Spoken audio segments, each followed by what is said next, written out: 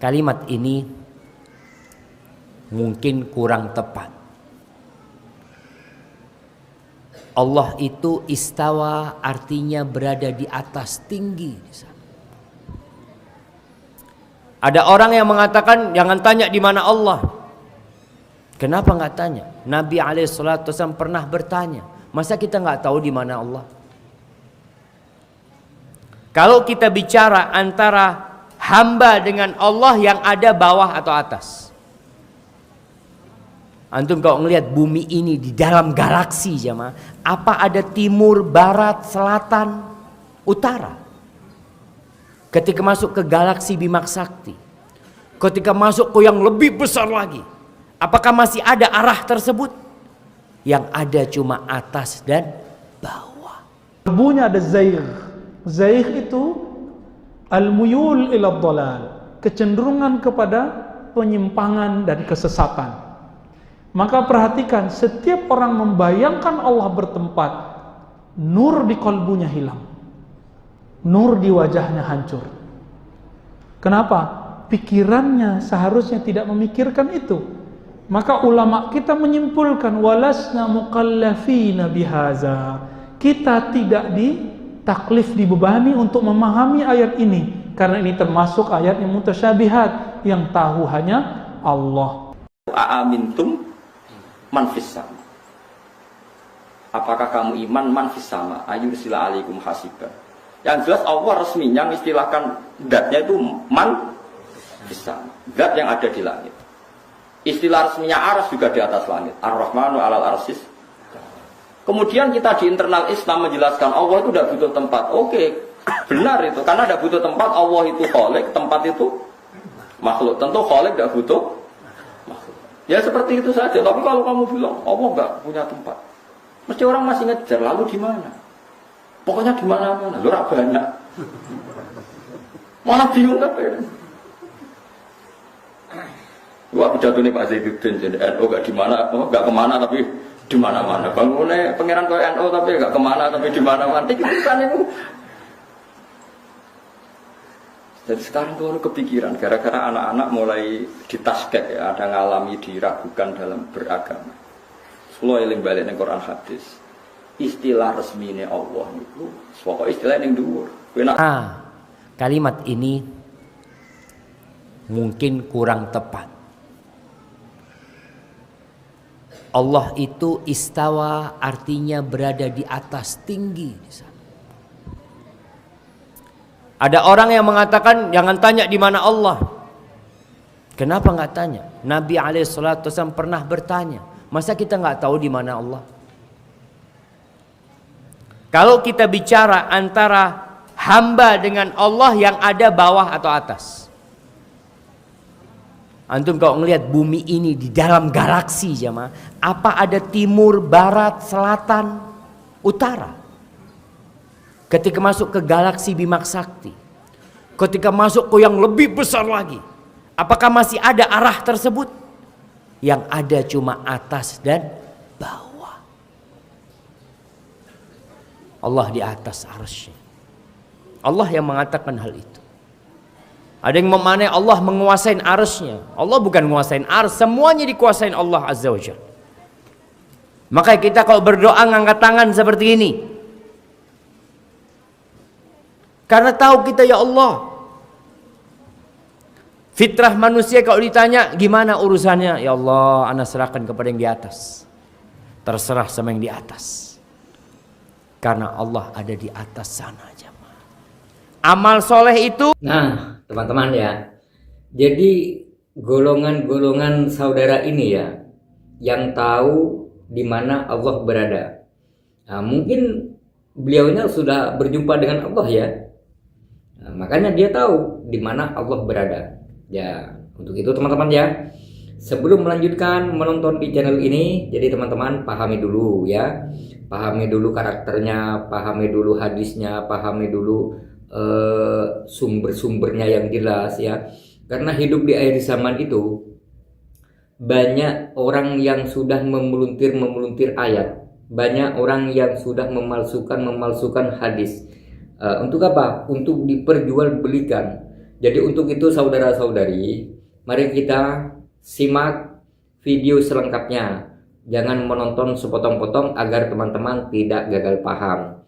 Oke teman-teman, yuk kita lanjut menonton lagi dan menyimak bagaimana lanjutan dari dakwah-dakwah dari para guru-guru kita, ustadz-ustadz kita. Oke teman-teman, nggak perlu lama-lama lagi, yuk simak lagi videonya. Silakan ustadz. Amal soleh itu naik, amalan itu diangkat, malaikat itu turun. Dan mereka naik kemudian ke sana. Ketika di Lailatul Qadar, tanazzalul malaikatu warruhu fiha. Turun malaikat. Kemudian mereka naik lagi. Rasulullah sallallahu alaihi wasallam ketika Isra Mi'raj ke mana? Naik ke sana sallallahu alaihi wasallam. Ada yang berdalil dengan sebuah ucapan Ali bin Abi Thalib yang ucapan ini tidak ada sandarannya. Ada yang mengatakan alladzi ayyana aina la yuqalu innahu aina. Yang telah menetapkan di mana-mana itu tempat itu enggak mungkin ditanya dia di mana. Ini bukan ucapan yang sahih dari Ali bin Abi Thalib radhiyallahu taala anhu. Tapi orang kadangkala berdalil dengan semua yang ada walaupun tidak benar. Maka Allah berada di atas sana dan kita berdoa memohon kepada Allah dengan mengangkat tangan kita. Barakallahu fikum. Oke teman-teman ya, menurut Ustadz ini Allah itu ada di atas. Nah untuk itu teman-teman, bagaimana dengan pendapat dari Buya Ar-Razi? Silahkan Buya jelaskan di mana Allah berada. Jadi nanti kita diskusi sama-sama ya teman-teman ya. Tapi tidak perlu ada perdebatan sehingga mengadu domba, tidak ya. Nah kita hanya mencari pendapat dari Buya Ar-Razi. Silahkan Buya. Wa idza sa'alaka ibadi anni fa inni qarib. Udah dijawab kok sama Allah ya. Jika hambaku bertanya kepadaku di mana aku, gak usah jauh-jauh bilang di aras, di langit. Apa kata Allah? Qarib, aku sangat dekat. Lalu kenapa ada ayat Ar-Rahman 'alal 'arsy istawa? Surat Thaha, bahkan diulang sampai 6-7 ayat. Allah Maha-Rahman istawa di atas arasy. Kita sudah bahas ini sebelumnya ya. Ya, biar Bapak tambah yakin. Menghilangkan syak. Liyatma'inna qalbi, supaya tenang kalbunya. Insyaallah Allah yang kasih tenang. Allah itu bendakah? Bukan. Allah itu rohkah? Allah itu satu jenis dengan malaikat, satu jenis dengan jin, satu jenis dengan manusia. Nah kita ini semua disebut jisim, benda. Yang butuh tempat itu hanyalah benda. Maka jika disebut Ar-Rahman 'alal 'arsy istawa, Allah bersemayam di atas arasy, haram dibayangkan Allah menempati sesuatu. Lalu apa maksudnya Ustadz? Hanya Allah yang tahu. Mana dalil saya? Dalilnya 2. Surat Ali Imran, kemudian Asy-Syura ya. Di Ali Imran disebutkan wa ma ya'lamu ta'wilahu illallah. Tidak tahu takwilnya, penjelasannya kecuali hanya Allah. Ciri-ciri orang yang menyimpang akidahnya, meskipun menyebut dirinya ahlu sunnah, coba-coba mendetailkan makna istawa, menyimpang langsung akidahnya. Di kalbunya ada zaigh. Zaigh itu al-muyul ila dhalal, kecenderungan kepada penyimpangan dan kesesatan. Maka perhatikan, setiap orang membayangkan Allah bertempat, nur di kalbunya hilang, nur di wajahnya hancur. Kenapa? Pikirannya seharusnya tidak memikirkan itu. Maka ulama kita menyimpulkan walasna muqallafina bihaza. Kita tidak ditaklif, dibebani untuk memahami ayat ini, karena ini termasuk ayat yang mutasyabihat, yang tahu hanya Allah. Saya mau tanya, langit kedua di mana? Bumi bulat atau datar? Benar bulat. Nggak tahu juga kan? Kemana-mana kita pergi datar kok. Tapi di foto sama NASA bulat. Nah, bingung kita. Bumi aja nggak tahu bulat sama datar. Langit kedua aja nggak tahu, apalagi yang ketiga. Apalagi langit keempat, terus langit ketujuh. Apalagi Arash. Arash itu Allah sebut Rabbul Arsyil Azim, Arash yang besar meliputi semua langit dan bumi. Memikirkan dunia sekitar pun kita pusing. Apalagi memikirkan tempat yang Allah sebut azim, besar. Besar menurut saya paling sebesar apa sih? Kalau besar menurut anak kecil ya paling segitu doang. Besar menurut Allah kita tidak bisa bayangkan. Maka Imam Syafi'i, Imam Ahmad, Imam Malik menjawab, apa makna istawa? Ala ma aradahu Allah wa rasuluhu. Yang tahu maknanya hanyalah sesuai dengan yang Allah maksud dan Rasul maksud. Yang Allah maksud mengenai istawa siapa yang tahu? Gak tahu. Kita nggak tahu. Kita cuma dapat ayatnya. Gak usah jauh-jauh. Di mana roh Bapak? Yas'alunaka 'anir ruh. Mereka bertanya kepadamu mengenai hakikat ruh. Ruh itu di mana? Hubungannya bagaimana dengan badan? Karena ada orang dipotong tangannya masih hidup. Dicangkok jantungnya masih hidup. Cangkok otaknya masih hidup. Terus roh itu di mana? Kita aja sampai hari ini tidak tahu roh di mana. Profesor kedokteran sampai hari ini nggak tahu roh di mana. Bahkan mereka nggak percaya ada roh. Ya. Roh aja nggak tahu di mana, apalagi pencipta roh. Jadi pertanyaan aina Allah, di mana Allah? Kita lihat, ini hadis kan kita sudah bahas di tempat lain lebih dari 3 kali Pak. Kita pertegas di sini. Hadis aina Allah, di mana Allah? Hadis itu ditanyakan oleh Nabi ke perempuan yang IQ-nya rendah. Dia budak perempuan yang gak becus ngurus peternakan tuannya, namanya Ibnul Hakam. Ibnul Hakam kesal dengan budak perempuan ini, maka dibawa ke Nabi, ditanyakan, ya Rasulullah, in ra'aitaha mu'minah fa'atiqah. Jika engkau memandangnya, menilainya mukmin, aku akan memerdekakannya. Lalu Nabi tanya, riwayatnya ada banyak macam. Pertama, aina Allah, di mana Allah? Di langit. Di riwayat kedua gimana? Bukan di mana Allah. Atashhadina alla ilaha illallah. Di mana Allah? Bukan. Tapi apakah kamu bersaksi tiada yang disembah selain Allah? Lalu dia mengatakan asyhadu alla ilaha illallah. Saya mau tanya Pak, kalau ada non muslim mengatakan Allah di langit, dia langsung masuk Islam nggak? Langsung mu'alaf nggak? Kapan orang itu disebut muslim? Bersyahadat. Atas dasar ini, maka hadis aina Allah harus dijelaskan dengan hadis yang kedua, atashhadina alla ilaha illallah. Sebanyak itu hadis, kok sibuknya mah hadis aina Allah? Di mana Allah? Nggak ada kerjaan. Ya? Nggak ada kerjaan. Bolehkah menanyakan aina Allah? Bagi ulama yang memandang hadis ini sahih, sebagian mereka membolehkannya.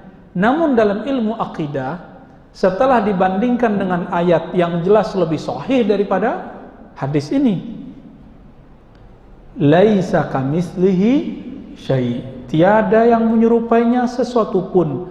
Jika sesuatu selain Allah bertempat, maka Allah tidak bertempat. Maka saya meyakini Allah bersemayam di atas aras tanpa membutuhkannya sebagai tempat. Apa maknanya? Hanya Allah dan Rasulnya yang tahu. Siapa yang coba-coba cari maknanya, zaigh, di kalbunya ada kesesatan. Lalu kalau ditakwil dengan arti menguasai bagaimana? Itu bab. Kita nggak mau bahas malam ini. Ya, Bapak udah ketawa, udah tahu beliau ya. Jadi bolehkah meyakini Allah di atas? Enggak. Kenapa Imam Ibn Taimiyah masuk penjara? Bapak tahu? Karena dia meyakini Allah bertempat di atas bizatihi, dengan zatnya. Masuk penjara. Karena berbahaya. Di zamannya Imam Ibn Taimiyah masuk penjara. Karena berbahaya bagi orang awam. Tapi gimana lagi, kitab-kitabnya tersebar hari ini. tersebar hari ini. Oke, bagian akhir. Coba bandingkan. Jika Bapak masih ragu, Ar-Rahman 'alal 'arsy istawa, Allah bersama di atas aras. Satu. Kan ada lagi ayat. Wa huwa ma'akum ainama kuntum, dia bersamamu dimanapun kamu berada. Ayat-ayat ini bukan untuk dipikirkan. Ada lagi fa ainama tuwallu fasamma wajhullah, kemanapun kamu mandang di situ ada wajah Allah. Kalau sudah lolos bab pertama, Allah bukan benda, Allah bukan roh, Allah bukan seperti yang kita lihat itu, maka Bapak sudah lolos ya. Kalau sudah lolos, jika dia bukan benda, maka dia tidak butuh apa yang dibutuhkan benda. Bayangkan sekarang Al-Quran tapi nggak ada tempatnya, mushaf tapi nggak ada tempatnya. Bisa bayangin? Bayangkan diri saya sekarang Ar-Razi duduk tapi tidak bertempat. Bisa nggak? Nggak bisa. Kenapa? Saya benda, Allah bukan benda. Imam Ibnu Taimiyah terjebak dengan logikanya sendiri karena beliau mengharamkan falsafah, mengharamkan ilmu mantik. Tidak semua ilmu mantik dan falsafah itu haram. Ada yang haram. Imam Ghazali sudah tulis 3 hal, selebihnya boleh.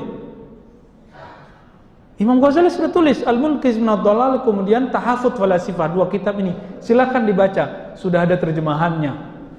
Imam Ibnu Taimiyah menghantam filsafat semua dan dia tulis kitab judulnya Ar-Raddu 'alal Mantiqiyyin. Rad, kritik keras, membatalkan ajaran orang-orang ahli mantik, ahli logika. Maka dia buat teori baru dan teorinya itu yang membuat dia terpenjara dalam pikirannya sendiri. Imam Ibnu Taimiyah dengan segala kecerdasannya dalam ilmu hadis dan fikih, ternyata beliau terjebak dengan logikanya. Apa kata beliau? Mana mungkin Allah itu tidak bertempat? Karena kita tidak bisa bayangkan sesuatu tidak bertempat. Terjebak nggak? Terjebak.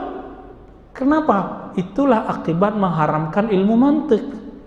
Maka Imam Ghazali mengatakan, orang yang nggak kenal ilmu mantik, fala yusaqu bi'ilmih, tidak dipercaya ilmunya. Oh, dijawab lagi. Imam Ghazali itu kan dikritik sama muridnya. Dia ingin memuntahkan filsafat tapi kemudian tidak bisa keluar. Kenapa? Sudah mendarah daging, meracuni tubuhnya.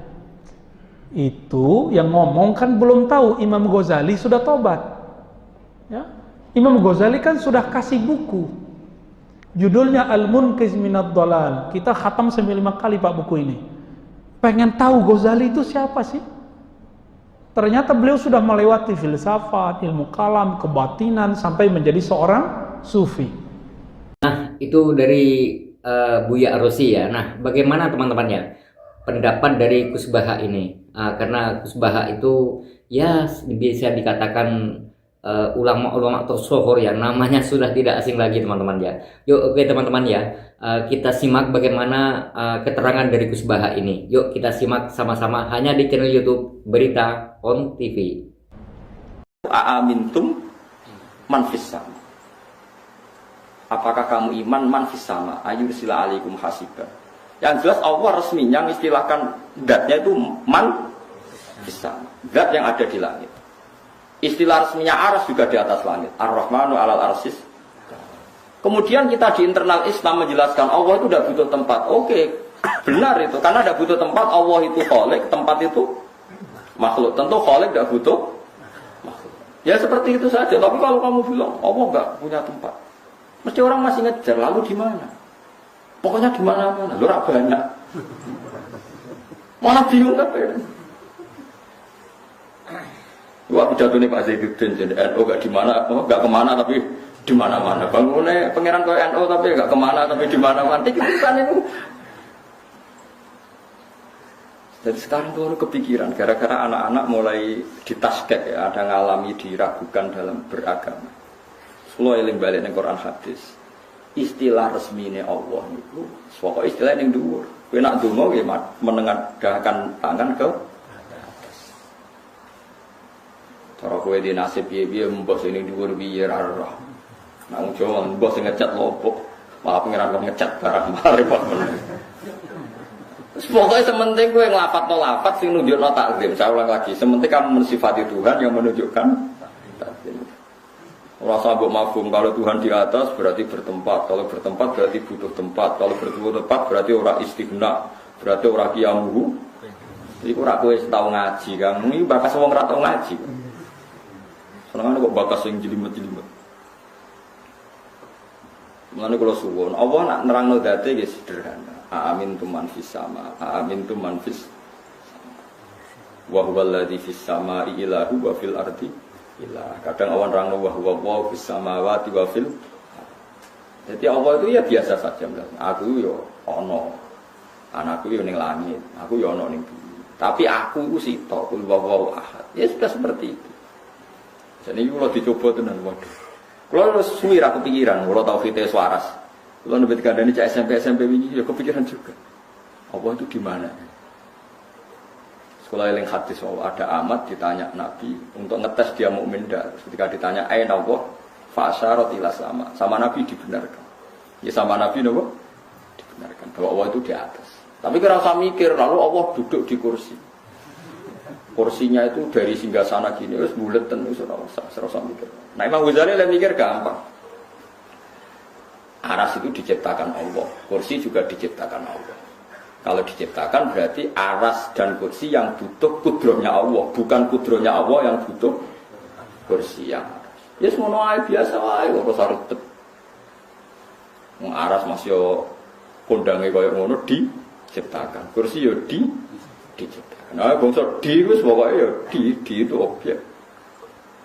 Daripada kayak muni Allah ada di mana-mana terus cilik-cilik malah takut rak banyak, malah disimpul waduh repot bener. Kalau di mana-mana udah nyimpulane kalau gitu malah ribet meneh. Yo nang tasawuf malah bingung none. Allah ada di hati, bar saya malah repot meneh. Nah makanya Allah sekarang mensifati dirinya, sanad Quran era sanad semacam-macam. Allah itu sapa? Zat yang menciptakan langit bumi. Allah itu siapa? Yang bikin bainal bahraini hajiz. Allah itu siapa? Yang yujibul muttarra idza da'a. Allah itu siapa? Yang wayaksifus su. Ya sudah seperti itu saja. Jadi menerangkan Allah itu terangkan lewat reputasi Tuhan atau ahwal ya, atau af'alullah, bahwa Allah itu yang menciptakan langit bumi yang ya sudah seperti itu. Hindari ngomong Allah sing mengarah ke hulul dan jihad, bahwa Allah itu butuh tempat, butuh. Nah itu tadi saudara-saudara ya, penyampaian dari beliau, dari guru-guru kita. Jadi memang semuanya itu memang pendapat itu tidak sama ya, dan pengetahuan ilmu pun tidak sama ya. Karena apa? Kebenaran dalam hidup ini, kebenaran yang ada dalam manusia ini hanyalah milik Allah. Jadi kita sebagai umat manusia itu ya hanya penuh dengan dosa. Maka dari itu sebagai umat manusia kita itu harus pandai-pandai ya, pandai-pandai kita itu mencari ridho Allah. Jadi nggak perlu kita itu ingin tahu di mana Allah berada. Tidak perlu tahu Allah itu ada di atas arsy, ya kan?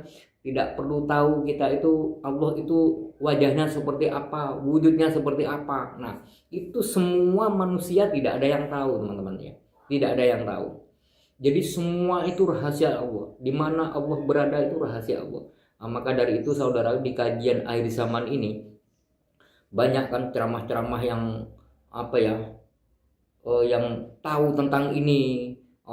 Bahkan di ulama-ulama yang baru-baru viral ini ya, kamu itu kalau saya yang ngajak kamu harus patuh, nanti kamu itu derajatnya itu taruh di surga ya kan. Banyak santriwan-santriwati itu diajak oleh kiainya berhubungan asusila ya. Nah itu karena ilmunya kiainya itu sudah sudah tinggi, jam terbangnya itu sudah tinggi, makanya dia seenaknya kalau memelintir ayat ya, memalsukan hadis ya. Nah seperti itu teman-teman ya. Makanya hidup di akhir zaman itu ya, kita itu kalau mendengarkan atau mencari guru ya, kenali dulu gurunya itu akhlaknya di mana, akhlaknya apa sesuai dengan hatinya, akhlaknya apa sesuai dengan ibadahnya ya kan. Apakah akhlaknya itu sesuai dengan hadis Nabi Muhammad SAW, apakah perilakunya itu sudah jelas, sudah baik ya. Jadi teman-teman ya, hidup di akhir zaman itu ujian paling berat itu tidak ada kecuali ujian hidup saat ini, hidup di akhir zaman. Contoh teman-teman ya, di akhir-akhir ini ya, seperti pemerintah yang korban kemarin itu habis ratusan juta, tapi bukan uang pribadi, itu uang negara. Nah, itu dalam Islam kan tidak dibenarkan, ya kan? Terus ada lagi kiai yang mengajak santrinya untuk berhubungan asusila, mengatasnamakan agama Islam. Setelah itu banyak masyarakat dari santri yang menjelek-jelekan kiai, menjelek-jelekan pesantren. Itu kan jadi salah besar teman-teman ya. Jadi yang salah itu hanya segelintir orang, tapi kiai yang lain kan berarti kan tidak. Kalau pesantren itu berbuat asusila, berarti yang pesantren yang lain kan tidak. Nah, seperti itu teman-teman ya. Jadi kita itu jangan dibagi rata. Jangan dibagi rata. Karena apa ya? Orang itu kalau ditanya apa agamamu, Islam, tapi coba ditanya apakah kamu beriman, nah itu teman-temannya, tak satupun orang yang bisa menjawab tentang keimanan kita masing-masing. Kalau seandainya kita bisa, oh saya beriman, itu orang itu sudah jelas orang itu sombong, orang itu munafik. Karena apa? Keimanan kita itu hanya Allah yang tahu apakah kita sudah beriman atau belum. Jangan-jangan kita sholat hanya ingin disanjung oleh orang, bersedekah hanya pamer, ya kan, beli sapi yang besar untuk buat korban, jangan-jangan hanya ingin dipuji oleh tetangganya biar dianggap gaya hidupnya itu lebih derajatnya lebih tinggi daripada orang lain, kan seperti itu. Nah, untuk itu saudara-saudari dimanapun berada, itulah tadi ceramah-ceramah yang disampaikan oleh guru-guru kita. Kita petik hikmah baiknya, buang hikmah luarnya, hikmah yang tidak buruk, yang buruk buang jauh-jauh. Nah, untuk itu saya pribadi sebagai admin YouTube Berita On TV mengajak saudara-saudari dimanapun berada, marilah kita hidup jangan sampai ada perbedaan antara bangsa dan suku, beda makanan, beda minuman, beda kulit, beda bahasa, tapi kita harus tetap hidup rukun dan damai ya. Apalagi sekarang itu banyak negara yang terdampak perang. Mari kita doakan semoga perang itu cepat selesai, cepat dapat solusi, cepat damai. Kasihan rakyat yang tidak bersalah, ya kan, rakyat yang tidak tahu apa-apa menjadi korban, kan seperti itu. Jadi untuk itu saudara-saudari dimanapun berada, marilah kita, apa kewajiban kita dari Allah Subhanahu wa Ta'ala itu yang wajib dilaksanakan, seperti sholat 5 waktu, ya kan, membantu yang lemah kalau kita mampu, mendoakan orang lain, ya kan. Kalau teman-teman tidak bisa berdoa, cukuplah teman-teman tersenyum kepada orang lain, tapi jangan senyum kepada istri orang, seperti itu. Nah, itulah teman-teman yang disampaikan oleh admin YouTube Berita On TV, dan insya Allah kita akan berjumpa lagi di lain waktu di channel yang sama, tentunya di video yang lebih bermanfaat lagi dan mengedukasi kepada umat manusia dimanapun berada. Namun sebelum mengakhiri ini, marilah kita sampaikan sholawat kepada baginda Nabi Agung Muhammad Sallallahu Alaihi Wasallam, bisyafaati Nabi Muhammad Sallallahu Alaihi Wasallam. Assalamualaikum warahmatullahi wabarakatuh. Jangan lupa teman-teman, kita harus menjauhi maksiat dan tutup semua fitnah, dan kita jangan sampai menanam iri dengki di hati kita. Oke teman-teman, terima kasih sudah berkunjung di channel YouTube Berita On TV. Saya doakan teman-teman sehat selalu, banyak rezekinya, amin ya rabbal alamin. Dan semoga teman-teman bahagia selalu bersama rumah tangganya, amin ya rabbal alamin. Assalamualaikum warahmatullahi wabarakatuh.